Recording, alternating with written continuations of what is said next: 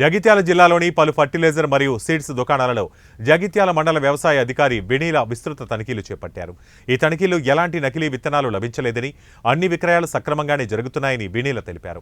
గ్రామాలలో రైతులకు అవగాహన సదస్సులు నిర్వహించి డీలర్ల వద్దనే విత్తనాలు కొనుగోలు చేయాలని సూచించారు. రానున్న వర్షాకాలం దృష్ట్యా ఎరువులు మరియు విత్తనాలలో ఎలాంటి నకిలీ జరగకుండా ఫర్టిలైజర్ వ్యాపారస్తులు రికార్డు సక్రమంగా నిర్వహించే విధంగా తగు చర్యలు తీసుకుంటున్నామని ఆమె వెల్లడించారు.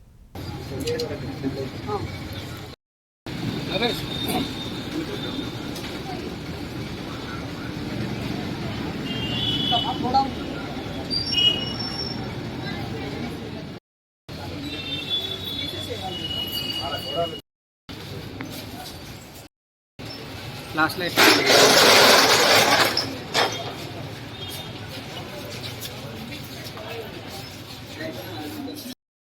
ट्रेडिशनल वेमो 25-30 kg 1000 पर बीपीटी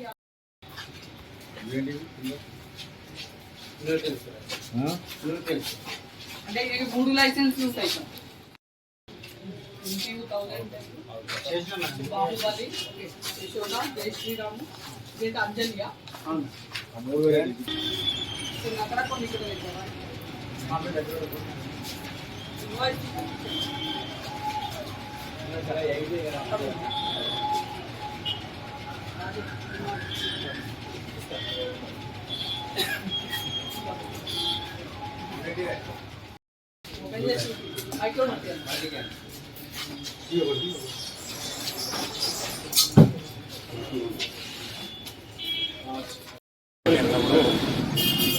జగిత్యాల జిల్లా ఎస్పీ శ్రీ సంతోష్ సింగ్ గారి ఆదేశం మేరకు వ్యవసాయ అధికారులతో కలిసి టాస్క్ ఫోర్స్ బృందాలుగా ఏర్పడి జగిత్యాల పట్టణంలోని వివిధ సీడ్ కంపెనీస్, సీడ్ షాప్స్, తర్వాత ఫర్టిలైజర్ షాప్స్ చెక్ చేయడం జరుగుతుంది.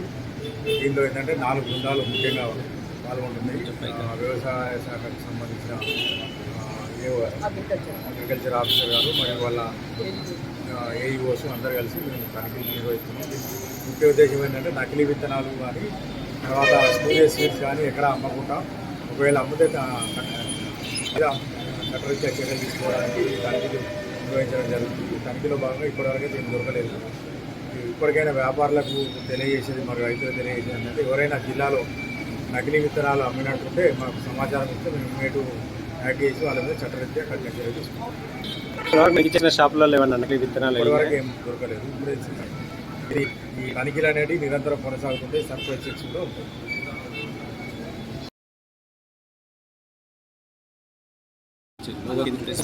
ఆదేశాల మేరకు మరియు మా జిల్లా వ్యవసాయ శాఖ అధికారి మేడం గారి ఆదేశాల మేరకు టాస్క్ ఫోర్స్ టీమ్స్గా ఏర్పడి మన డిఎస్పీ గారు, సిఐ గారు, ఎస్ఐ గారితో కలిసి ఎవరి అయితే మన దగ్గర అర్బన్ మండలంలో ఉన్న ప్రతి ఒక్క లైసెన్స్ దుకాణాలని తనిఖీ చేయడం జరుగుతుంది. అదేవిధంగా మాకు డిపార్ట్మెంట్ నుంచి, కమిషనరేట్ నుంచి వచ్చిన ఆదేశాల మేరకు ప్రతి ఒక్క షాప్ని మండల వ్యవసాయాధికారి మరియు వ్యవసాయ విస్తరణ అధికారులు షాపులని విభజించుకుని ప్రతి ఒక్క షాపులో మన విత్తన దుకాణాల్లో ఎక్కడెక్కడైతే విత్తనాలు వచ్చినాయి, తర్వాత ఎవరికైతే అమ్మారో వాళ్ళకి సపరేట్గా ఒక సేల్స్ రిజిస్టర్ అనేది పెట్టడం జరిగింది. ఆ రిజిస్టర్లో వాళ్ళ వివరాలు, బ్లాక్ నెంబర్తో సహా ఎంట్రీ చేయడం జరుగుతుంది.